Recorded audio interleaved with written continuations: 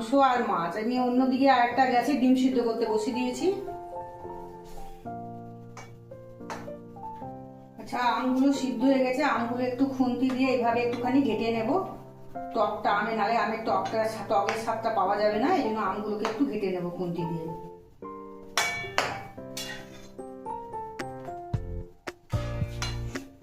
অন্যদিকে দেখুন আমার ডিম সিদ্ধ হয়ে গেছে। আর ডিম সিদ্ধ করার সময় একটু নুন দিয়ে নিলে ডিমগুলো খুব ভালোভাবে সিদ্ধ হয়ে যায়।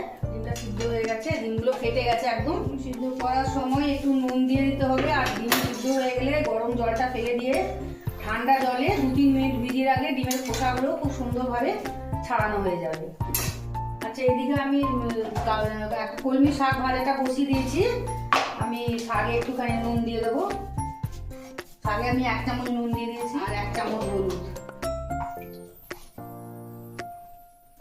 আর ডালটা সিদ্ধ হয়ে গেছে আর আমটাও সিদ্ধ হয়ে গেছে। এর মধ্যে একটু 1 চামচ চিনি দেবো এবং এটা দেখে নিতে হবে যে আমটা কতটা টক আছে তার উপরে নির্ভর করছে। আমার এই আমটা বেশি একটা টক নেই, এই জন্য আমি 1 চামচ চিনি দিয়ে দেখে নেব। 2 চামচ চিনি দিয়ে দেখে নেব, তারপরে লাগলে আরো দেবো।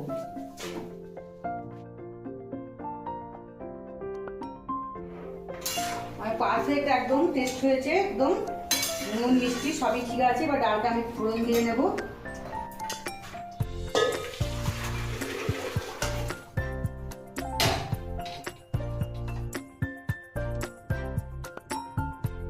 আমি 3টে শুকনো লঙ্কা, 1 চামচ 5 ফোড়ন আর 1 চামচ কালো সর্ষে দিয়েছি।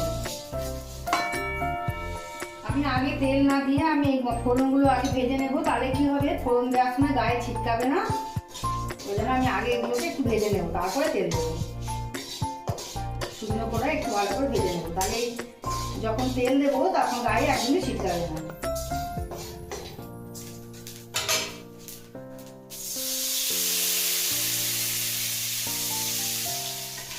দেখুন ফোড়নটা দিয়ে খুব সুন্দর একটা সেন্ট বেরিয়েছে।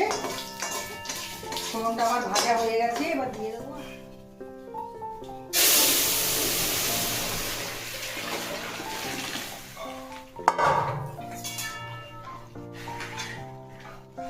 আর ডাল একদম বেশিক্ষণ ফোটানো যাবে না, ডালটা 1 ফুট হয়ে গেলে নামিয়ে দিতে হবে, নাহলে ডালের যে সেন্টটা নষ্ট হয়ে যাবে।